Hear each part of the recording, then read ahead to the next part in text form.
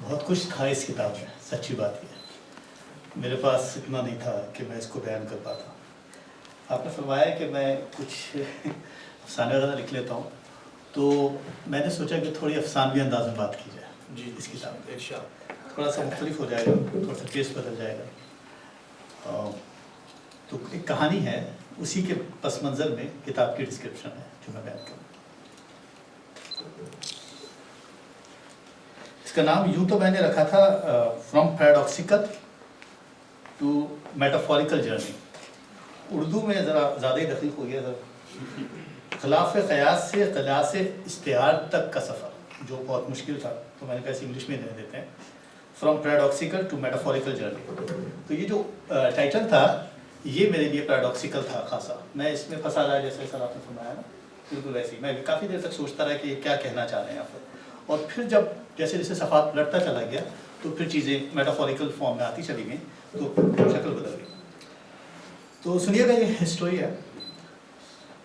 آنکھ کھلی تو بیڈ روم کا اندھیرا سیل فون کے اسکرین کے روشن ہونے کی وجہ سے کونے میں سمٹتا چلا گیا۔ ڈاکٹر خالد سہیل کا نام اسکرین کے مرکز میں چمک رہا تھا۔ میں نے سیل فون کان پر لگا کر تشویش سے کہا، ہیلو، خیریت تو ہے ڈاکٹر صاحب؟ اس وقت ڈاکٹر صاحب عموماً رات کے پچھلے پہل کال نہیں کرتے تھے۔ حضور والا، آپ کے والد محترم رات میرے خواب میں آئے تھے اور اب بھی ایک کونے میں کھڑے تھے، اور آپ بھی ایک کونے میں کھڑے تھے۔ یہ سنتے ہی میری ادھوری نیند بھی اڑ گئی۔ ان کی آواز پھر سے کان میں ہوئی، سوچا آپ کو بتا دوں۔ میں نے آہستگی سے ڈاکٹر صاحب سے پوچھا، کیا وہ کچھ کہہ بھی رہے تھے؟ کہنے لگے، چلیں آج شام نروانا ریسٹورنٹ میں ملتے ہیں، پھر اس پر بات کرتے ہیں۔ یوں بھی آپ سے کافی دنوں سے ملاقات نہیں ہوئی۔ جی میں ہسپتال سے واپسی میں پہنچتا ہوں، تقریباً 7 بج جائیں گے۔ کہنے لگے، کوئی مسئلہ نہیں ہے حضور، آپ کے لیے سالک کا تحفہ بھی لاؤں گا۔ امجد منہاس نے بہت ہی دل سے پبلش کی، انہوں نے ہمیشہ کی طرح محبت سے کہا، اور پھر فون بند ہو گیا۔ مجھے لگا بیڈ روم میں اندھیرا پھر سے پھیلتا چلا گیا، مگر میں چاہ کر بھی دوبارہ سو نہ سکا۔ شام میں ہسپتال سے واپس ہوتے ہوئے جب میں نروانا پہنچا تو ڈاکٹر صاحب کو ان کے مخصوص انداز میں کیپ لگائے ہوئے کونے کی ٹیبل پر کسی کتاب کی طرف گردانی کرتے ہوئے پائے۔ ریسٹورنٹ میں ایک ہلکی سریلی سی ہندی میوزک بج رہی تھی، اور کم و بیش چاروں طرف لوگ اپنے اپنی فیملیز اور دوستوں کے ساتھ بیٹھے ہوئے ڈنر انجوائے کر رہے تھے۔ ڈاکٹر صاحب نے مجھے دیکھ کر دور سے ہاتھ ہلایا، کرسی پر بیٹھتے ہی میز پر رکھی ہوئی سالک اٹھائی اور اس کے ٹائٹل کو دیکھنے لگا۔ جھیل کی سطح پر بیٹھے ہوئے خضر کی پینٹنگ، ان کے ساتھ تیرتی ہوئی مچھلی، اور پھر تہ در تہ گہرے پانی میں کئی عکس۔ ابھی میں سارے منظر کے ارد گرد ڈول رہا تھا کہ ان کی آواز میرے کانوں سے ٹکرائی، کیا کھائیں گے آپ؟ میں نے کہا، نہیں سر، ابھی تو میں صرف پیوں گا، خاصا لمبا دن تھا، تھکا ہوا ہوں۔ وائٹ وائن کے 2 گلاس پینے کے بعد مجھے یوں لگا جیسے ان کی آواز سالک کے ٹائٹل پر جھیل کے عکس کی کسی گہری سطح سے ابھری اور مجھے تھام کر کسی انجان جزیرے پہ چھوڑا ہے۔ شاید یہ وہی جزیرہ تھا جس کے ساحل پر ڈاکٹر صاحب مہینے بھر تک اس ٹرانس میں رہے تھے جس کے نتائج میں سالک کی تخلیق ہوئی تھی۔ میں نے ایک بار پھر سالک کے ٹائٹل کو غور سے دیکھا تو یکایک 50 برس کے پرانے تعلق کے فریم میں لگی ہوئی ڈاکٹر صاحب کی جانی پہچانی تصویر اور سالک کا عکس ایک پیراڈاکسیکل شکل میں میرے سامنے گلے ملنے لگا۔ جب میں نے پلکیں جھپکائیں تو سالک کے صفحے پلٹتے چلے گئے، اور ہر ایک صفحے میں ڈاکٹر صاحب طبعی اور استعاری حصوں میں بٹتے ہوئے دکھائی دیے۔ سالک، خضری سچ کی تلاش میں نکلا ہوا ایک مسافر۔ ٹائٹل پر لکھا ہوا دیکھ کر مجھے یاد آیا کہ سالک تو ایک صوفیائی اصطلاح ہے جو مجذوب کے مقابل ہے۔ مجذوب جو عشق الہی میں پورا پاگل ہوتا ہے، اور سالک تو پورا خلمند ہوتا ہے۔ مگر کس میں؟ میرا دل دھڑکا، کیا کفر الہی میں؟ اور یکلخت خضری سچ پر پہنچ کر میرا دل زور زور سے دھک دھک کرنے لگا، اور ایک خیال ذہن میں کوندا، فرائیڈین سچ کی تلاش میں کیوں نہیں؟ شاید اس لیے کہ رب الکریم نے موسیٰ کو وحی میں یہ کہہ کر خضر سے متعارف کرایا تھا کہ اس زمین پر ایک شخص تم سے بھی زیادہ دانشمند ہے، اور اس کا نام خضر ہے۔ یعنی خضر ایک مذہبی استعارہ ضرور ہے، مگر مذہبی دانشمندیوں سے بالاتر ہے۔ اور یہی نہیں، صبر اور استقامت میں بھی موسیٰ خضر کے مقابلے میں کم تر ہی رہے تھے۔ تو کیا اس لیے؟ میرا دل تھم سا ہو گیا۔ مجھے یاد آیا جب 2 دریاؤں کے سرگم کے پاس خضر نمودار ہوئے تھے، وہی 2 دریا جہاں فارس اور روم کے سمندر مل رہے تھے، اور جہاں اچانک موسیٰ کی مچھلی پانی میں گم ہو گئی تھی۔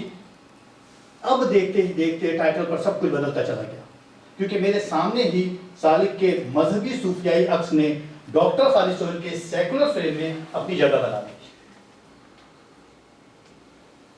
اور یوں سالک کے ٹائٹل کا پیراڈاکس میرے لیے حل ہو گیا۔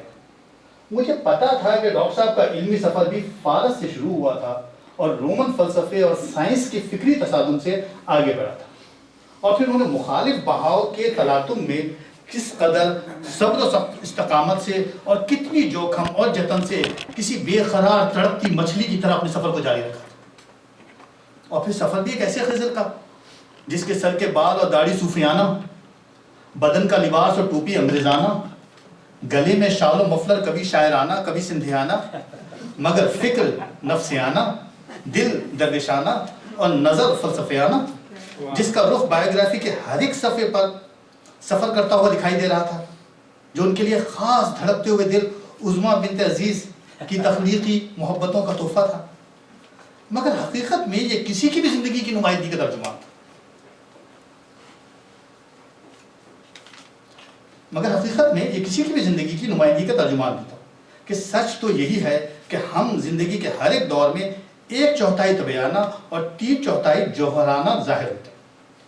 سالک کے ہر ایک صفحے پر خضر اپنے سفر کے دوران کھویا کھویا سا دکھائی دیتا ہے، کبھی شعوری دریا کے کنارے تو کبھی فکری کتابوں کے سہارے، کبھی سنجیدہ مدبر اور خاموش سر جھکائے چپ چاپ، تو کبھی اچانک پلٹ کر دیکھتے ہوئے اور بے ساختگی سے مسکرا کر۔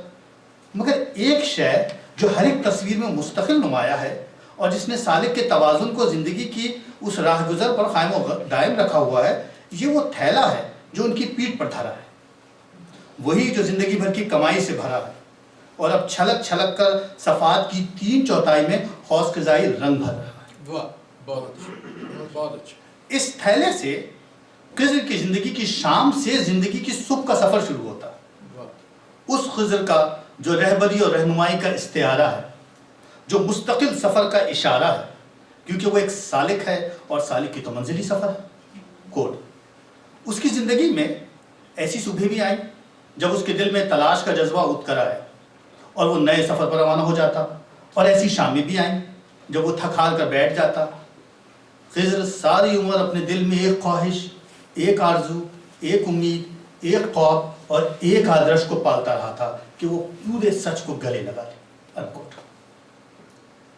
اس حق آگہی کے لیے جب یہ سالک وجودیت کا عرفان پاتا ہے تو پھر لفظی اصطلاحوں سے بے نیاز ہو جاتا ہے اور اپنی موجودگی کے احساس کو صرف معنویت سے دیتا ہے۔ اس سفر میں سالک نے کبھی تو ژین پال سارتر کی طرح ان کرداروں کو ان کے ایسنس سے مخاطب کیا ہے۔ وہ اپنی پیدائشی سرزمین کو روایت، ماں کو مذہب، باپ کو تصوف، چچا کو شاعر، نانی کو دانائی، بہن کو دوستی، محبوبہ کو محبت، استاد کو سائنس، مذہبی رہنما کو منافقت، اور دوستوں ساتھیوں کو کبھی بغاوت، کبھی سخاوت، کبھی اخلاص تو کبھی حمزات کا نام دیا۔ تو کبھی زندگی کی پگڈنڈیوں پر اپنے سفر کو البرٹ کامو کی میتھ آف سکسیس کی دیومالائی کردار کی سزا کی طرح ڈھلوان سے اونچائی کی طرف مسکراتے ہوئے دھکیلتا ہے۔ اس دوران اس کی کمر پر لدے ہوئے تھیلے میں ان کی تخلیقی کتابوں کا بوجھ، ان کی فکر و نظر، تجربات، مشاہدات اور فسفس کے کندھوں پر پڑا ہوا زندگی کے چٹان کا بوجھ مختلف عنوانوں سے سالک کے صفحات میں دکھائی دیتا ہے۔ یہ بوجھ کبھی تو کسی میوز کی سرگوشی بن کر ایک نرم و گرم بوسہ بن کر اس پہاڑی راستے کو گلے گلزار بنا دیتا ہے، تو کبھی تاریک رخ، عدم تشدد اور سائیکالوجی بن کر اسے اور سخت نوکدار پتھریلا سا بنا دیتا ہے۔ کوٹ خضر کو یہ جان کر بہت دکھ ہوا کہ زندگی کے روشن رخ کے ساتھ ایک تاریک رخ بھی ہے۔ جہاں روشنی ہے وہاں تاریکی بھی ہے، جہاں اچھائی ہے وہاں برائی بھی ہے، جہاں حیات ہے وہاں موت بھی ہے، جہاں امن ہے وہاں تشدد بھی ہے، جہاں علم ہے وہاں جہالت بھی۔ انکوٹ۔ تاریخ رخ سے لکھا ہے اس کا ٹائٹل تھا۔ سالک میں خضر کا فکر و شعور کا سفر یوں تو کبھی مشرق سے مغرب یا شمال سے جنوب کا محسوس ہوتا ہے، جو کہنے کو شام سے شروع ہوتا ہے اور ایک نئی صبح کا احساس دیتا ہے، مگر حقیقت میں یہ سفر اندرون ذات کا ہے، جو وقت، جگہ اور سمت سے قطعی بے نیاز ہے، جو ایک الہامی سفر ہے، جو نہ تو طبیعیانہ ہے اور نہ ہی غیر طبیعیانہ، جو نہ تو مذہبانہ ہے اور نہ ہی ملحدانہ ہے، بلکہ یہ خضری سچ کا سفر ہے جس کی منزل معنویت، راہرو صادق اور راہ گزر امید ہے. کوٹ. اس شام خضر نے اپنی ڈائری کے صفحے تلاش میں لکھا، ہر نئی نسل انسانی ارتقاء کا ایک نیا باب تحریر کرتی ہے، ایک نئی کہانی تخلیق کرتی ہے. بہت اچھا.